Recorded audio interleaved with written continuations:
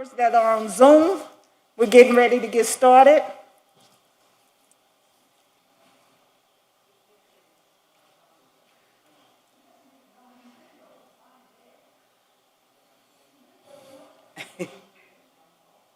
Chief Dixon, you ready? Can you all see Chief? Is Chief Harms there? I can't see him. Okay. Yes, I'm ready. Okay, great.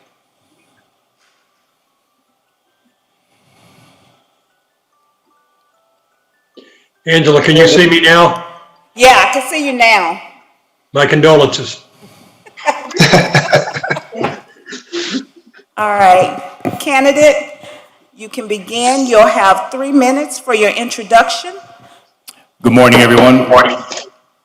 Thank you for having me here today, and thank you for taking your time to participate in this important process. My name is Ron Papier. I'm the Deputy Chief of the City of Miami Police Department. I first started with the police department in 1992, not as a paid employee, but I was doing an internship with Florida International University, where I spent a summer studying the Miami Police Department and its diverse community.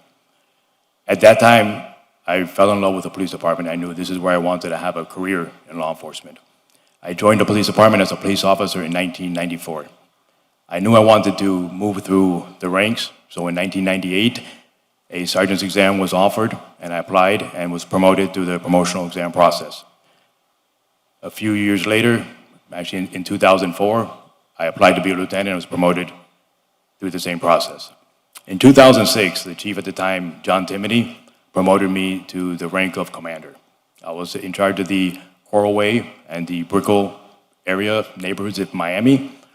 That's where I really developed my sense for community policing. I was able to interact with those communities and tailor the police services of the Miami Police Department to meet the needs of those communities. In 2010, a new chief came along, Chief Exposito, and I was rolled back to my previous civil service rank of lieutenant. That turned out to actually be a really good opportunity because I got to learn a new aspect of the police department. I was assigned to the administration division where I worked in fleet, property and evidence, and court liaison. Also from 2011 to 2014, I oversaw a special threat response unit, which is the SWAT team, the crisis negotiation, overseeing high-risk warrants and resolving barricaded subjects. I was then re-promoted by Chief Manny Rosa to commander again, and I was assigned to the Upper East Side neighborhood. I then became the major of Personal Resource Management section. And the Personal Resource Management section is basically the human resources section of the police department. During that time, we were facing a major hiring shortage. We were about to lose about 300 police officers in the next couple of years, which at that time was about 25% of our workforce. You have a minute left in your introduction. Thank you. I was tasked to oversee the hiring process. I was able to revamp the hiring process and emerge from that period, not only avoiding the crisis of having a shortfall, but obtaining the highest number of staffing ever at the police department.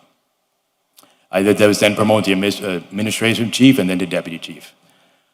During my time as deputy chief, I'm the second in command of the police department. I answer only to the chief of police and oversee the 3 operational divisions. I have a proven track record of fiscal responsibility. I've reduced overtime and cut out wasteful spending without affecting operations. During my time in internal affairs and as deputy chief, I held officers accountable for their actions. I am a proven field commander.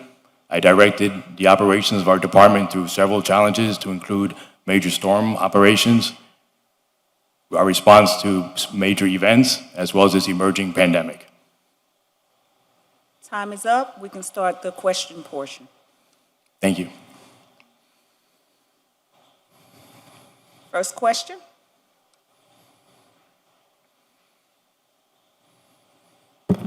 Thank you, Deputy Chief. Are you familiar with the Police Executive Research Forum's guiding principles on use of force? And if you are, what is your opinion regarding implementation of these policies? Okay, yes, I am familiar with the guiding principles of use of force. Use of force, obviously, by police officers is a privilege that officers have. It's probably one of the only professions where you could actually use force in the course of our job. The principles of use of force is, first of all, you have to put sanctity of life above everything else. If you're going to use force, you have to remember that life is more important than anything else, and you should only use force as an absolute last resort, and only when it is reasonable and necessary to accomplish your goal. Keeping in mind, when we use force, we must constantly be assessing the situation as it's constantly changing, and we need to practice good de-escalation skills in order to not use an inappropriate amount of force. Also, other officers really need to intervene if they see police officers that are using excessive force or unnecessary force. And as well, we are responsible for rendering aid after force is used to treat anybody that we have used force on. So clearly, yes, my opinion is that those are good principles. Those are principles that should be incorporated and are incorporated into our policy. And as chief, I will ensure that we continue to train, because this is something that is continuously evolving, is continuously changing in police work, and we need to make sure that we are using the latest techniques and training and ensure we're using the proper amount of use of force and adjusting the policy as necessary. Next question. Many have recognized that there is a need for collection of data to identify and document racial and ethnic disparities for use as a tool to figuring out how to ensure racial ethnic fairness in policing. Do you have an opinion about that understanding? And if so, what is your opinion? Do you have experience in collecting and analyzing data of this type? Excuse me. And would you commit to implementing protocols to collect and analyze racial and ethnic data in connection with all police encounters with the public? Okay, so absolutely. So it's very important that we analyze racial and ethnic data to ensure that we are not biased towards any one particular group. It is a fundamental right, a constitutional right for everyone to be treated fair and impartial. When it comes to bias, right, there's no room for bias in police work, especially explicit bias. Now, when it comes to implicit biases that many, if not all people have, we really need to look for a program to not only conduct data on that implicit bias, but ensure we recognize the implicit bias. Everybody has the right to walk down the street, drive their car without being stopped. So biases in police work is especially challenging, and we need to track it, and more important, we need to train officers on not acting upon their implicit biases. To do that, there's a lot of programs out there, but most of the programs we have kind of recognize what implicit bias is, or teach officers that they have an implicit bias.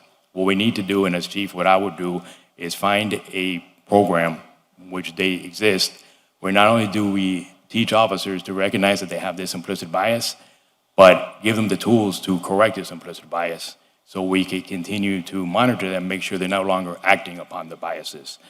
As far as, again, back to the data and collection, we need to analyze when we get complaints on police officers. So typically we get a complaint on a police officer, we look at that individual complaint, or we may look at some other complaints. We need to collect the data not just on the complaint, but this officer's previous arrests, previous stops, previous interactions with the public, to see if there's a pattern of bias. That officer may not even know that they have this pattern, and we could bring it to their attention, and again, give them the tools not only to recognize it, but to prevent this bias from happening. So that the data collection is very important in order to reach that goal of eliminating bias. Obviously, nothing will strengthen more relationships with the community than being able to eliminate bias. Thank you. Good afternoon. Yeah, it is good afternoon. Deputy Chief, do you live or have you ever lived in the city of Miami? If yes, how long? Then the department, in particular the position you're seeking, will benefit from someone with tenure, longevity, in your department, should you be selected to the position of chief of police, what are your expectations and how long would you like to remain on the position? I apologize, sir. The first question I got, have I ever lived in the city of Miami? Yeah, do you live or have you ever lived in the city of Miami? And if so, how long? Yeah, that's the first part of the question. Okay, you want me to answer that one or go to the next? Yeah, no, go. Okay, so as far as- It's all yours. I don't want to take up your time. Go. So as far as living in the city of Miami, absolutely I did. So I became a police officer in 1994. In 1998, I moved into the city of Miami.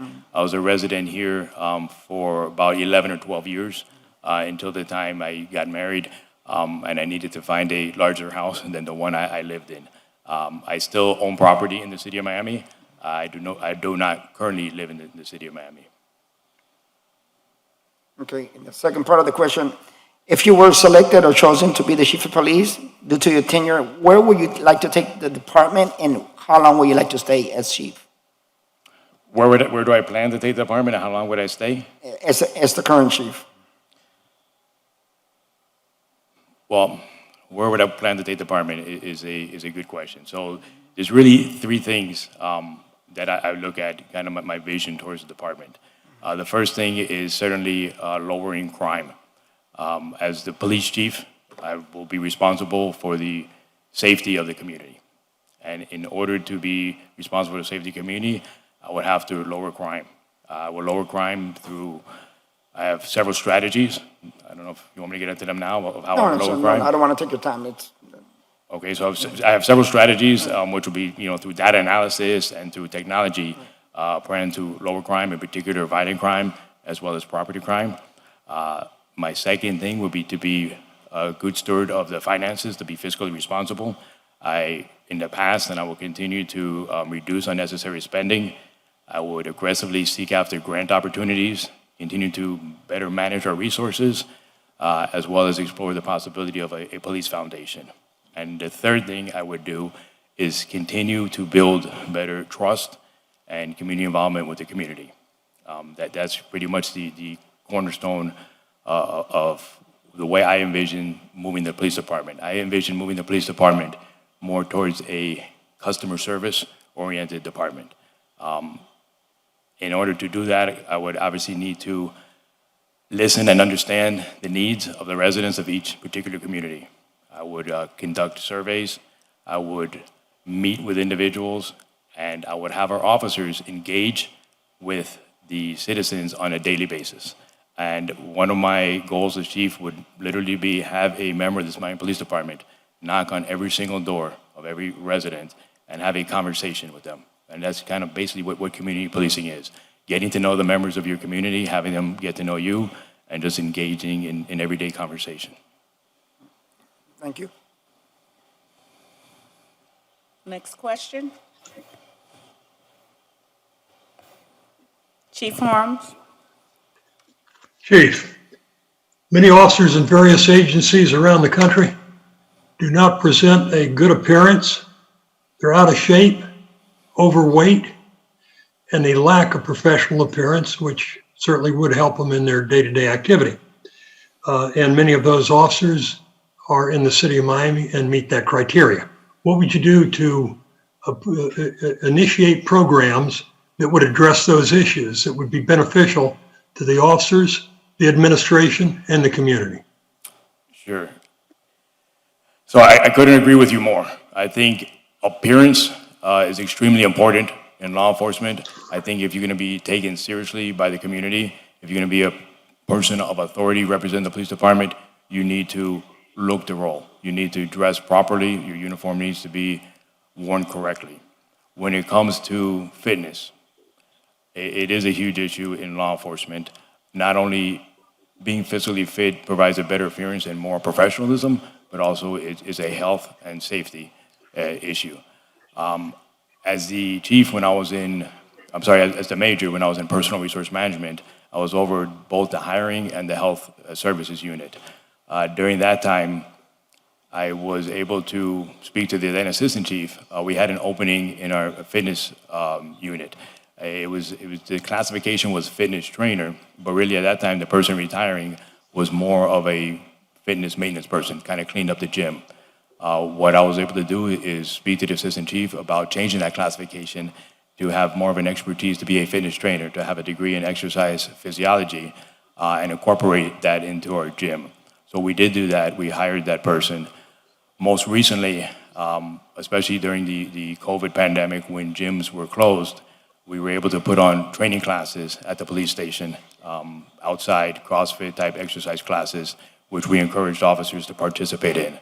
I also just recently purchased for the fitness trainer it's called an InBody, which is basically a body mass index machine, which not only measures your weight but your body fat. And we have a program now to basically have officers be able to go take their first measurement. The fitness trainer will put them through a program and then be able to follow up and see how much weight they're losing or how much healthier they are. Also, in our tactical units, we have a requirement to remain physically fit and take a fitness exam. So previously, it was twice a year. Starting this January, I increased it to 4 times a year to make sure you're not just fit, once or twice a year when you take the exam. You need to be fit every day. It will be my goal to expand that to other units and encourage officers not only to be physically fit for the appearance and professionalism, but clearly it's important just for their own physical health and well-being. And, I personally work out 5-6 times a week. I believe in leading by example. And I think, Chief, I agree with you. That is a very important thing for police officers. Good afternoon, Chief. Always a pleasure to see you, sir. Good afternoon, sir. Outside of what you've stated that you want to do with the City of Miami Police Department if you do become chief, what is your vision for the future of policing in America? So my vision for future policing in America is in line with how I would see and how I would manage the Miami Police Department. The future policing in America is we need to think of policing as a customer service industry. We need to understand that the taxpayers and the residents of the city that we work for is our customer. And in order to build trust and develop relations, we need to teach them, we need to treat them like they are our customer. We need to listen and understand their needs. We need to tailor our police tactics to what the needs of the community are. Certainly, we are going to enforce the law, but it's more important than just enforcing the law. It's developing relationships with the community. It's not just a matter of going into the community anymore and saying, okay, there's crime here, we're gonna just rid the area of crime and disorder. We need to understand policing through the eyes of the citizens that are being policed. And we need to understand, we need to treat everybody with respect, and that procedural justice is actually as important, if not more important, than the outcome of the policing or the case that we're working. Thank you, sir. Good afternoon, Chief. As a business owner in the city, I see a growing issue with the impact the homeless have on our business community. Additionally, incidents involving people with mental illness and the police are a source of concern. How would you ensure that your department is prepared to deal with these situations? What resources or training would you implement to assist officers with dealing with citizens who are homeless and have special needs or mental illness? Okay, that's a very good and complex question. So homelessness in the city of Miami is a big concern. I hear the concern from business owners and I hear the concern from residents. We do need to understand that homelessness is not a crime. Just being homeless, we cannot arrest someone for being homeless. The Constitution applies to everybody, whether you're homeless or not. Now, having said that, the fact that someone is homeless does not shield them from the law, does not give them the right to commit crimes with impunity because they're homeless. So as police chief, I will focus on criminal homeless, the homeless community that is actually committing crimes. Now, homeless persons do commit a disproportionate number of certain crimes. right? So that's an area where the police can get involved. Homeless people in certain areas are responsible for car break-ins, and we could address that through our tactical burglary detail. They committed a disproportionate number of retail thefts, working with the Retail Federation Association to ensure that they get prosecuted for their crimes. They involved in drug and prostitution, which is a crime, and we could have our vice unit focus on that. But I think the real concern of business owners and residents is not just the crimes committed by the homeless, but these homeless encampments that pop up throughout the city. These homeless encampments are basically a public health hazard, and they breed disease. No one should be living in those conditions, and the residents and business owners shouldn't have to go through those conditions. So in order to address that as chief, I will continue to work with our other city entities to clean up and dismantle these encampments, to work with sanitation to get the debris thrown away, to work with our homeless outreach to make sure that the homeless get into treatment. But I think you basically nailed it right on the head when you said the problem is mental illness and drug addiction. So if we're really going to attack the homeless problem, we do need to get to the root causes of the mental illness and the drug addiction. So as police chief, I will have my crisis intervention officers, go through the homeless community, and they can identify members of the homeless community who are in crisis and intervene and make the appropriate referral to get them to the wraparound services they need to get them out of this crisis, as well as the drug addicted homeless. We have diversion programs, such as the CLEAR program, which started as an opioid program. If you're a homeless person and you're addicted to drugs, instead of just getting them arrested and going to jail, they're going to be out, right? We need to break the cycle by getting them into a drug treatment bed so they can get the services they need to break the drug addiction. We're not just going to be able to arrest homeless as a police department, and that will be the end of it. So as police chief, I will certainly concentrate on the criminal homeless, the prolific criminals who are causing the most problems in the area. I would work with our local social services to get them help. And I would also look for more grant opportunities, not for the police department to enforce the homeless, but where the police department can refer the homeless to social services in our area.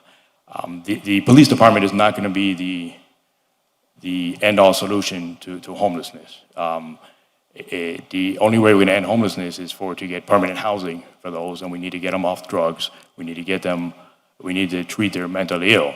So, like I said, we're not going to be the solution, but certainly we will be a big part of that solution by being a link between the homeless community and the social services in the area that they need. Thank you, sir. Next question, Chief Dixon. Yes, can you hear me? Yes, sir. Thank you. Chief, I realize that Miami have one of the best training programs in the nation, but as chief, what if any of the police officers training program would you prioritize and beef up both in the police college and for veteran officers?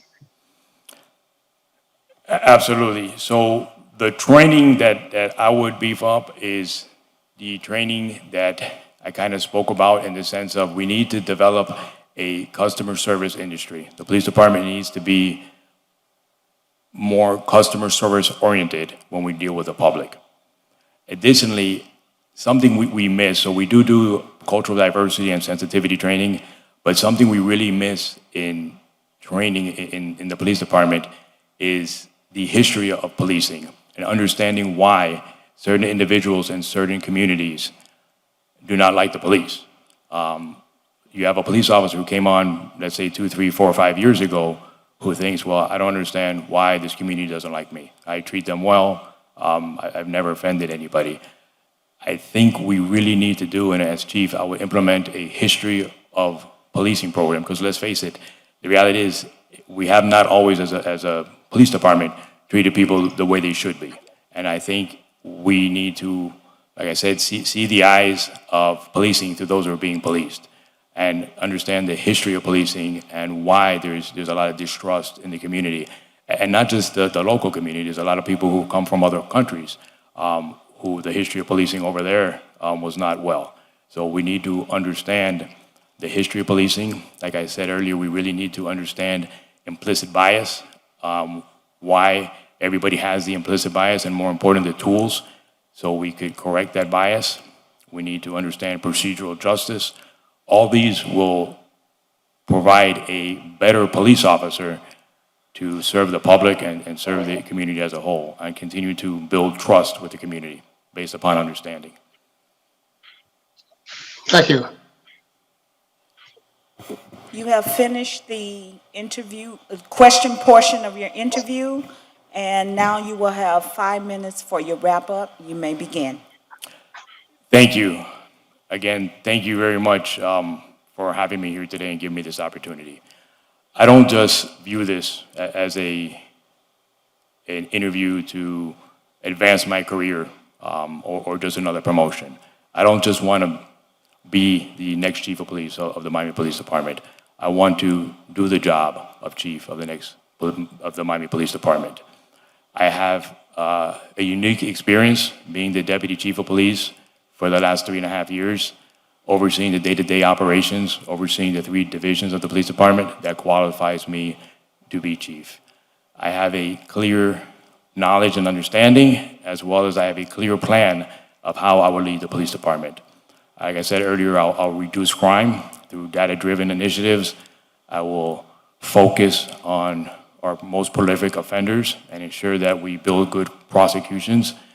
I would concentrate on areas of the city that have large concentration of crime, and I would revamp our crime analysis to do a better understanding of data collection as not just to what crime occurred and when, but why crime is occurring, and give that information out. I would be a responsible steward of the finances. Again, I would aggressively seek grants. I would look for other financial opportunities, such as a police foundation, and I will continue to build trust within the community by implementing these programs that I mentioned. I have a proven track record of leadership. I've been a supervisor, and I've been supervising police officers on this police department since 1998. I have been making high-level decisions as an executive staff member since 2006. I'm a field-tested supervisor. I'm a field-tested leader. I've led our agency through several challenges, major storm. I've led it through our response to major special events, and I was the overall commander who led our operations through the civil unrest that we saw this summer. I believe in the Miami Police Department. For the last 27 years, I've grown through the ranks here. I've developed here, and it's been an absolute privilege to serve the residents of the city of Miami, and it will really be the greatest honor of my life to be the next chief of police. Thank you very much. Thank you. Thank you, Chief.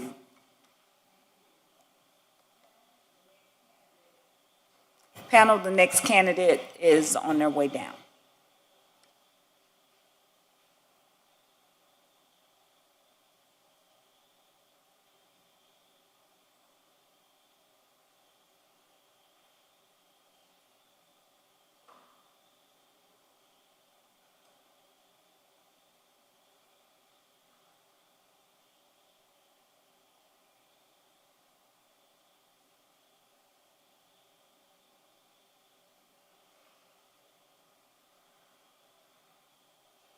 Also, this is the last candidate.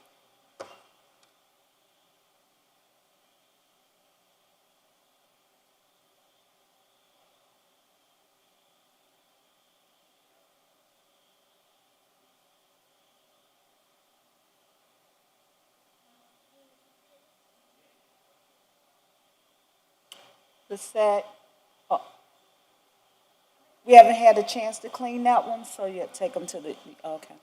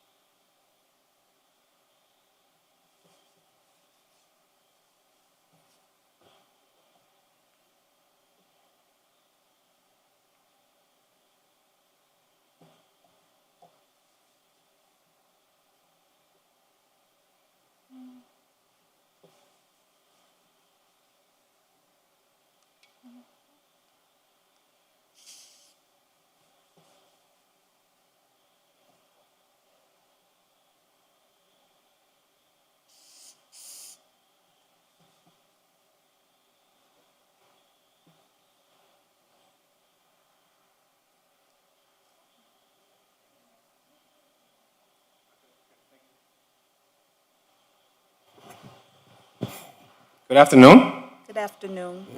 Good afternoon. Hi. You'll have 3 minutes, candidate. Okay. For your introduction. Introduction. You may begin now. Okay. So, good afternoon. My name is Jesus Raul Pintos. I am a 30-year veteran of the NYPD. I started my career as a young police officer in October of 1990 in the Bronx. I worked in the 49th Precinct, was my first assignment, which is the northwest part of the Bronx. I worked there for a couple of years, and then I went on, I saw a vacancy for a position at the Bronx Task Force, which is a unit that's primarily charged with responding and training to disorder, the civil disorders, protests, demonstrations, that sort of thing. But I had a secondary assignment where I was assigned to Order Larceny Division. I always had an interest in cars and stolen cars, and I did that for a couple of years. Then I was promoted to sergeant in 1997. I went over to the 30th Precinct in the northern part of Manhattan. The true takeaway from that experience is that I was a training sergeant for several years, working with the young officers and having an impact on their careers. In fact, some of them are high-ranking people to this day. Then I took the lieutenant's test, was promoted to lieutenant in 2001. And I was assigned to the Criminal Justice Bureau. Criminal Justice Bureau, they oversee every borough has their own central booking, if you will. So I was responsible for the Bronx central booking. I got to experience the back end of an arrest. Typically, you make an arrest, you drop the prisoner off, and you really don't care too much about what happens after. So our job was up to arraignment, is to process the prisoner. So I got to work closely with judges, court officers, and correctional officers. After September 11th, there was an opening for a specialized training unit in the police academy to train officers on topical things relative to terrorism, tactics. So I was picked up for that. I became the commanding officer of the specialized training section in the Bronx, training about 2,500 in-service members. I also went back to school. I left that part out. I went back and started. I didn't go back to school. I started taking college courses when I came on the job. You have By the time, you have a minute left. okay, by the time I made lieutenant, I got a bachelor's. Anyway, so I got promoted to captain in 2005. It was then that I got a sense of my true calling, which is not to be dramatic, but to work with the community as a precinct executive officer. And then I went on to become a commanding officer of 2 precincts, the 72nd Precinct and Central Park. Then I was asked to go work with a newly appointed chief of community affairs. He was the newly assigned chief of community affairs. I worked with him. He asked me to come on. He liked the kind of work I did in the 7-2 to work with him to deal with some of the issues in the community. I did that.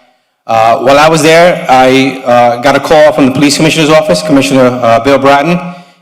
He had asked if I'd be interested in a position that was opening up. So myself and other candidates put in for it. It was a new position. It was the operations assistant to the police commissioner, working alongside of him. Sort of day-to-day operations of the NYPD. So I was assigned to him in August of 2015.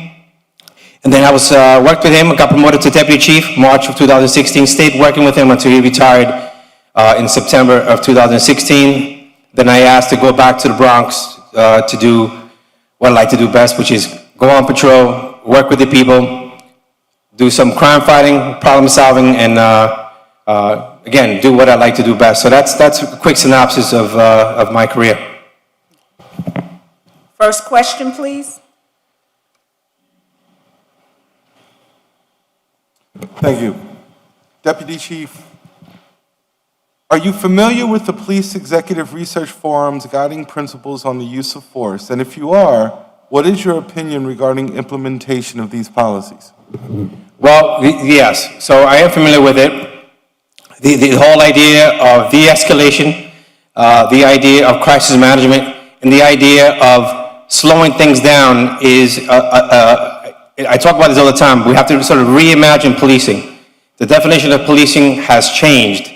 With that change, we have to look at the use of force. And what does that mean? One of the guiding principles is for a police department to simply put the words dignity of human life in their core value statement, which to me, it means a lot. It means that something as simple as a statement that we value every human life to me, is an important piece. And I saw that Miami Police has had that in their core values for a very long time, which is interesting. Also, de-escalation and crisis management. I think we have a new generation of police officers. We are reimagining how we do policing. One of the important things is that we look for officers who want to deconflict, who have the ability to, because inherent in police work is conflict. That's what we do. We encounter people and we have conflict. We have to resolve it in the best way we can.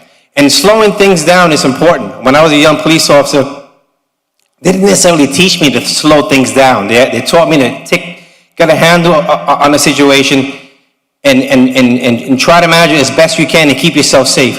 Today, it's a different message. More distance equals more time. The more time you have to deal with conflict or someone who is undergoing some sort of crisis, the better off you are to have a positive result. And I think all these things combined is the wave of the future, is how we're going to reimagine policing. Next question. Many have recognized that the need for collection of data to identify and document racial and ethnic disparities for use as a tool to figuring out how to ensure racial and ethnic fairness in policing. Many have recognized this need. Do you have an opinion on this, and if so, what is it? And do you have experience in collecting and analyzing data of this type? And would you commit to implementing protocols to collect and analyze racial and ethnic data in connection with all police encounters with the public? Absolutely. When you look at procedural justice, the four main pillars, the tenets of that is, the first one is fair and process. What does that mean? It means what you just said. When you look at how you fight crime, when you look at how you deal with potential criminals, it has to be fair. Everyone has to have their turn to tell their story. So looking at data that's relative to ethnic groups, as long as you do it in a way that it's fair and is reflective of the idea that everyone across the board, regardless of ethnicity, race, has to be looked at under the prism of just fighting crime, reducing crime, and not making any assumptions based on race. The other piece is transparency, right? So you look at procedural justice. You have to be transparent. You have to be, if you want to be viewed as a legitimate organization, legitimacy is important. And in order to do that, you have to, again, be fair in the process, and you have to be transparent. Today is a lot easier to be transparent. We have body cameras, we have video cameras. Every situation just about is being recorded one way or the other. The other piece is voice. When I talk about reimagining policing, when I talk about the definition has changed, we have to give people a voice. People just want to be heard. They want to be understood. You got to give them the opportunity to have a voice. And I got to tell you, I don't know, it might be an indictment of my profession, but for far too long in policing, we would hear people, but we weren't listening. And this is an opportunity now as we look to reimagine policing, as we look at how we're going to redefine it. We have to have a piece there that gives people an opportunity to tell their story. They want to be heard. They want to be understood. And the last one is impartial.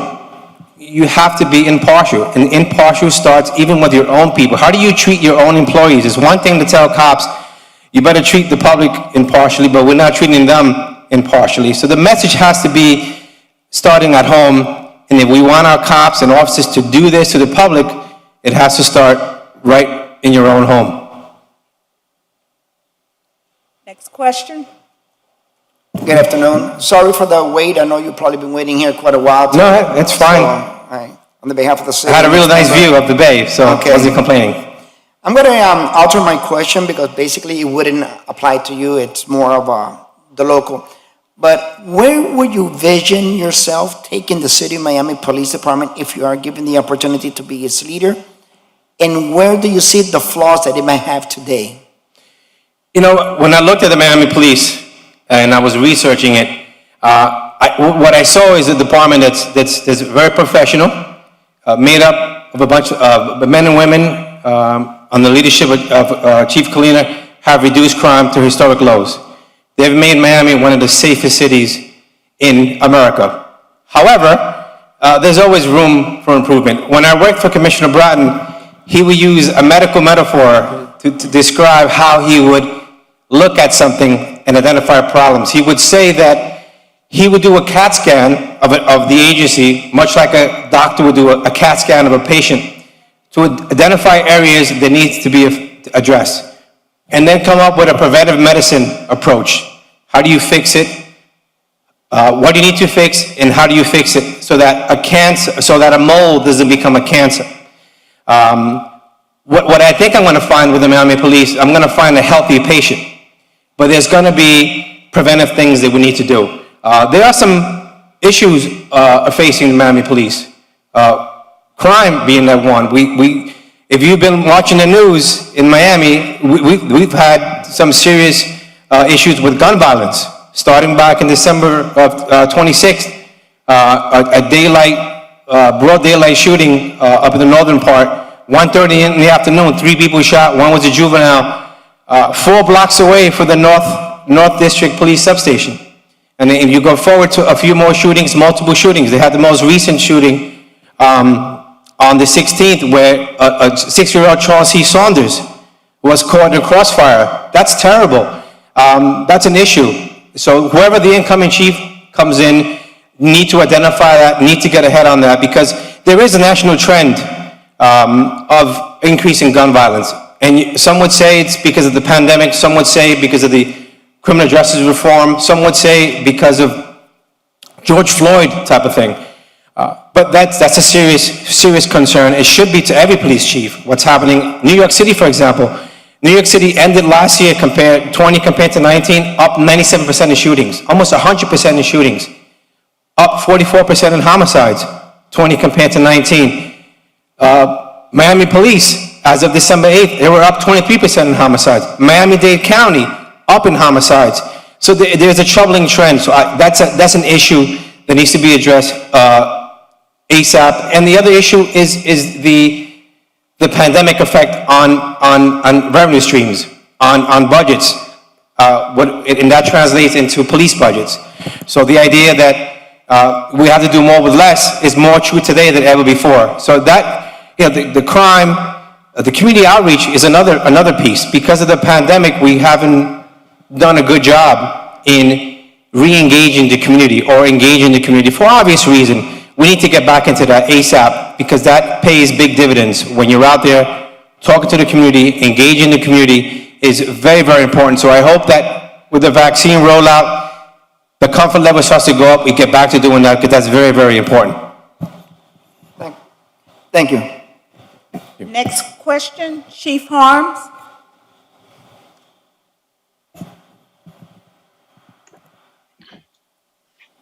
Can you hear me?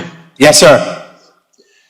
I've seen a number of police officers in recent times that are overweight, out of shape, and do not look professional in their dress, their uniforms. There are a number of issues that could be addressed. If you become the police chief, how would you correct those issues? And how would you sell your programs to your officers and the community? And of course, the people that write the budget for you, the city commission. Well, that's a very good question. So out of the 6 pillars of 21st century policing, one of them is police officer education, and officer wellness. And I will make the argument that officers' wellness and officers' fitness directly correlates with building trust with the community. When you have a cop that is well, both mentally and physically, you're going to get a cop that's going to be more responsive to the community. You're going to get a cop that demonstrates that he could be disciplined enough to keep himself well, and that's very, very important. How do I incentivize that? It's very easy.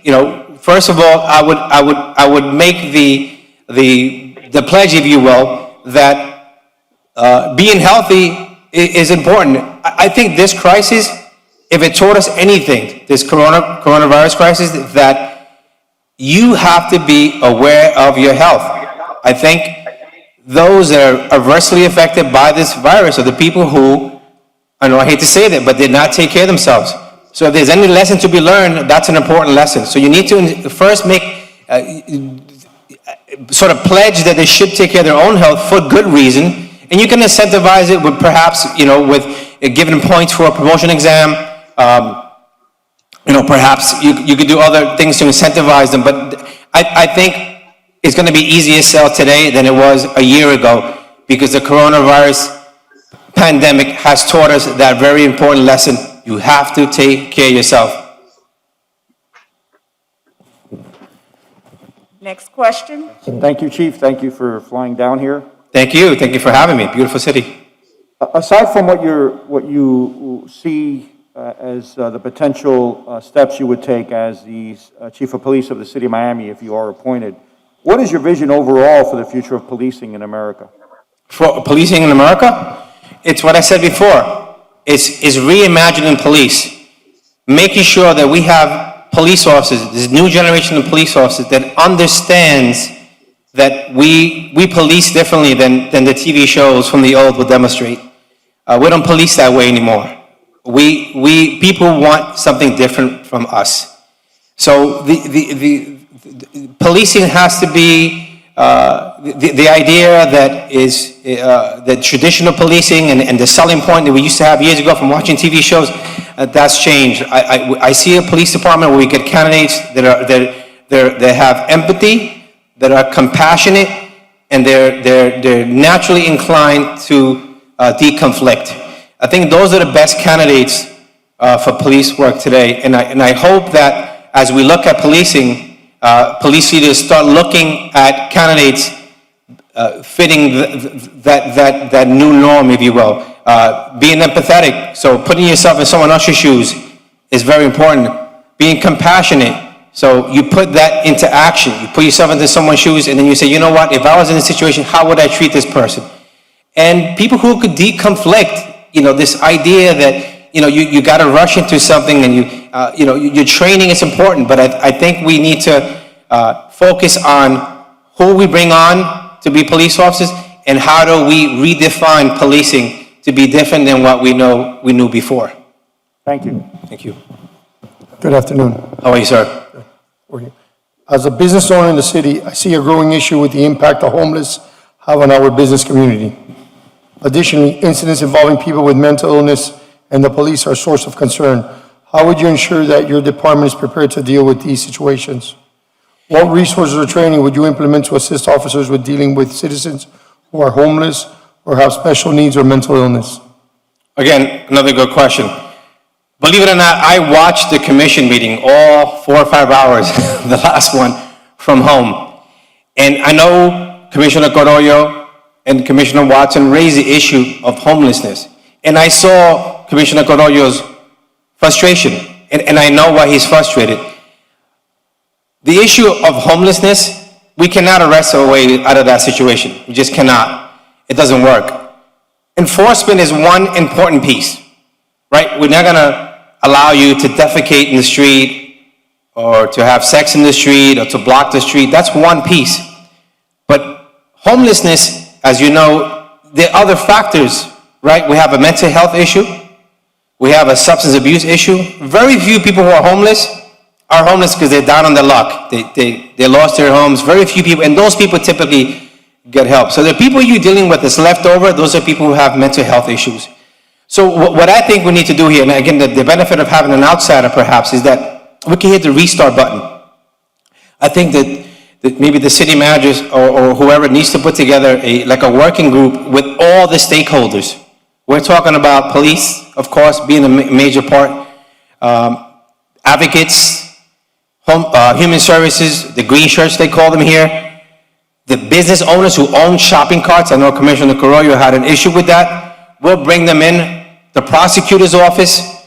We got to bring in all the players in one room as a working group to come up with ideas, to hit the restart button, to see what we could do to impact this. I know he also gave credit to the city manager who rolled up his sleeves one time and went out and took care of a problem. That the city manager should not be doing that. I mean, that should be the job of all those who are stakeholders in this problem. But if I'm police chief, that is one of the things I'll be looking at. If I can be part of a working group to come up with ideas, I will be totally for it. Thank you. Thank you. Next question, Chief Dixon.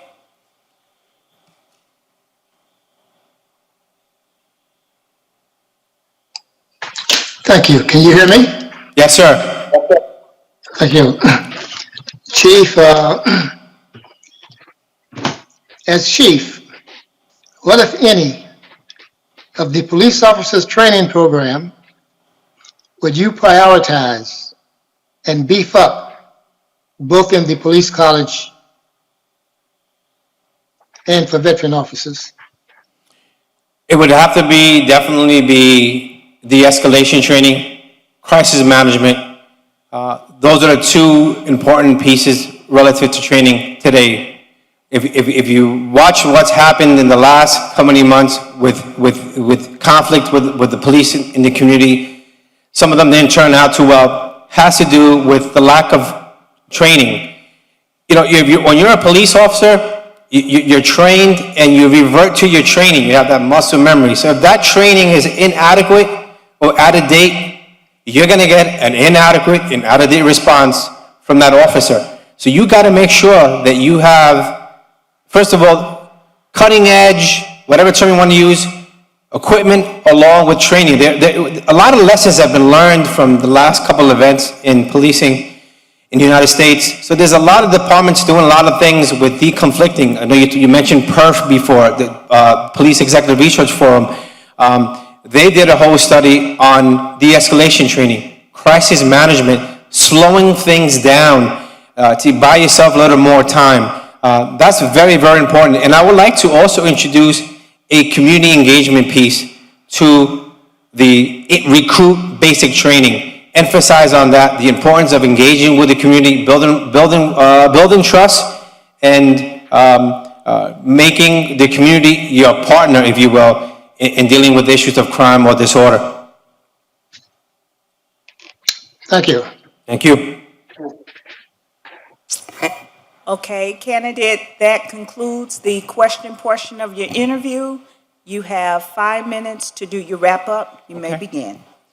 Well, again, thank all of you. Thank the city manager, the mayor, Angela, for setting up the trip for me. So thank you very much for all that. Thank you for having me, lovely city. So I think because of my education, my training, and my experience, and given the fact that the Miami Police is at a time right now where it could really benefit from someone from the outside. I think giving any organization needs every couple of however many years, needs some fresh air. Because you get the human dynamic. You have all the isms. You have the favoritism, the nepotism, the cronyism, and that's bad for morale. It's an opportunity for the Miami Police to hit the reset button, to bring in some fresh perspective. And I know from my training, my education, and the many years with NYPD, I could bring that to the Miami Police. Listen, I'm not always the smartest guy in the room. I'm a good listener. I would love nothing more than to do a listening tour if I'm an opportunity to be chief. For the first 100 days, I would want to go out there and meet with the community. It's a good chance for me to learn the culture of the city, to learn the issues affecting the city.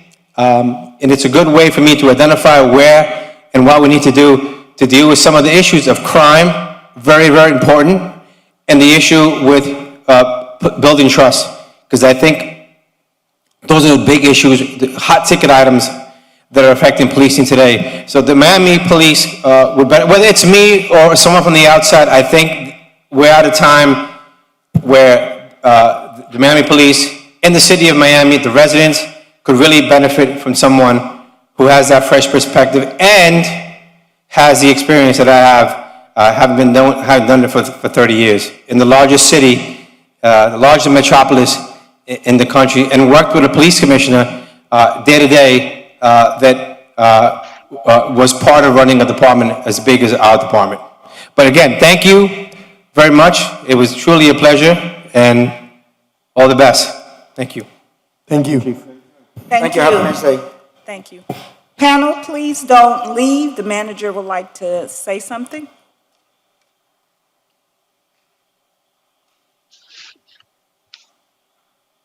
Have we shut off the live feed? Can you double check?